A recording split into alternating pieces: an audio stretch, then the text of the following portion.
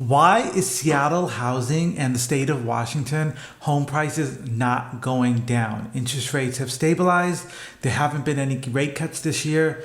Why is Seattle housing prices continuing to rise? Let's get into that today.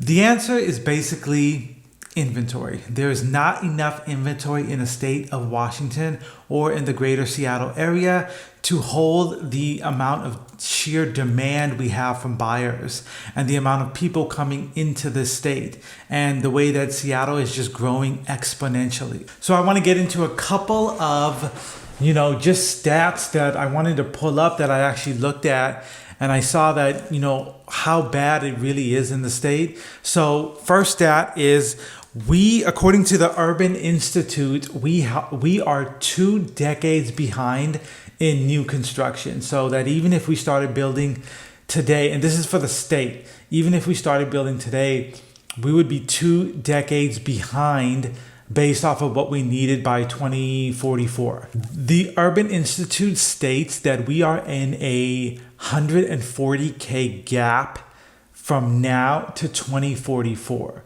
And that's only in the greater Seattle area. The entire state would need 1 million new construction homes by 2044.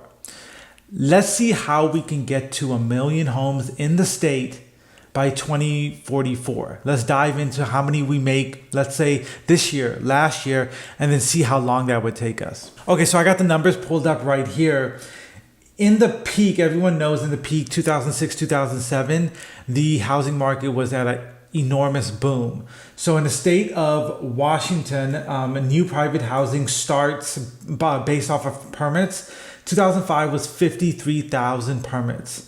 2006 was 47,000 permits, and 2007 was 45,000 permits. And obviously when the recession happened, we dropped down to 15K. I want to take that and I want to look into 2024. I want to see in 2024 how many permits do we have. So let's just start in 2020. We had 44,000. 2021 we had 56,000. So that's very similar to 06. 2022 48,000. 2023 37,000 new building permits issued. And obviously we don't have anything for 2024 as of yet. So that just gives you an in-depth look into if we need 1 million new houses by 2044, how much of a shortage would the state of Washington have if we're only building 37,000 homes a year? That's a massive shortage. And just in the greater, because that's the whole state. So now just in the Seattle area, we're looking, they are calculating that we would have 140,000 homes short just in the Seattle area in the next 2 decades.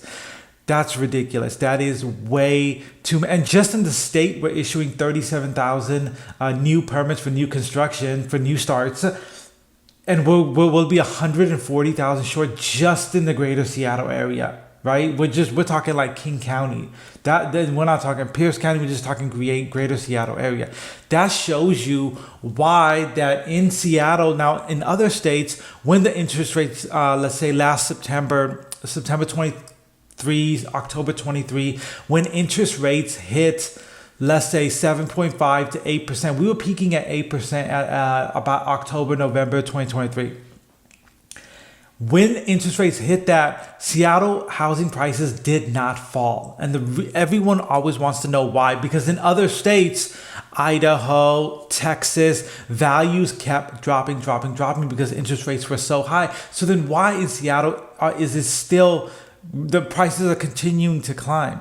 And the simple answer is it's, once I said in the beginning of the video, simple answer is inventory. We just do not have the inventory. And these stats right here, that we are 2 decades short, that in 2 decades we'll be 140K short in new construction in the state, in the greater Seattle area. And we would need 1 million new homes in the entire state of Washington. We're talking Spokane, Yakima, Ellensburg, Vancouver, Washington.